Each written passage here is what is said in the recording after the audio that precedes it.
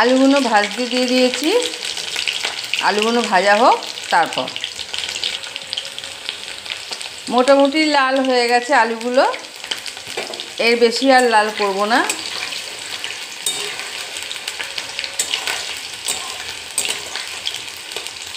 এরপরে আমি পেঁয়াজ দিয়ে দেবো।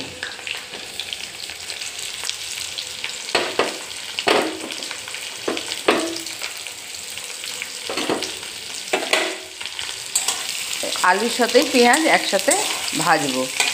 এ হলো আমার রাত্রের শর্টকাটে রান্না। আমার রাত্রে আর রান্না করতে ভালো লাগে না, জানো তো। সারাদিন সেই ভোর সকাল 6টার থেকে উঠে অবধি করি, তো আর ভালো লাগে না রাত্রিবেলা কিছু করতে। কিন্তু করতেই হবে, সবাই খাবে।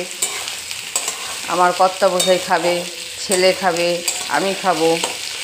আর চিকেন আমি খাই না, আমি দুধ রুটি খাবো। দুধ আনতে বলে দিয়েছি।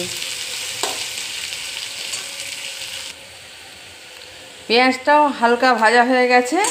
এরপর আমি চিকেনগুলো দিয়ে দেবো।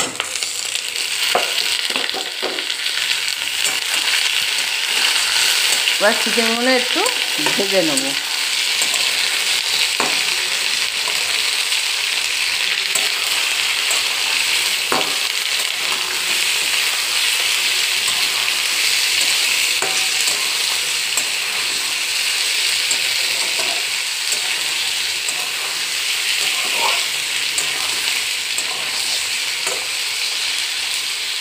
এরপর দিয়ে দেবো মশলাটা।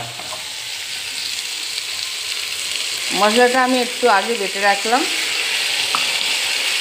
এর মধ্যে আছে আদা, রসুন আর কাঁচা লঙ্কা বাটা।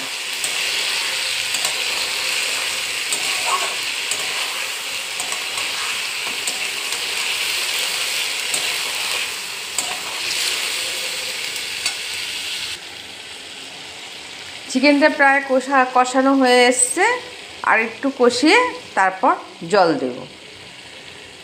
আমি শর্টকাটে এরকম রান্না করি, আর আমি যা যা রান্না করি তোমাদের সঙ্গে শেয়ার করি। তোমাদের কেমন লাগছে কমেন্ট করে জানিও। আর এইভাবে রান্না করে খেয়ে দেখো কেমন লাগছে, সেটাও কমেন্ট করে জানিও। আর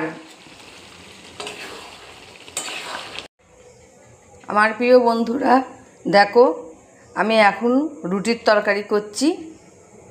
কড়াই তেল দিয়েছি, আর এখানে আলু আর পেঁয়াজ কেটে রেখেছি। আর এখানে চিকেন একটু ভিনিগার মাখিয়ে রেখে দিয়েছি। এই রান্না করব।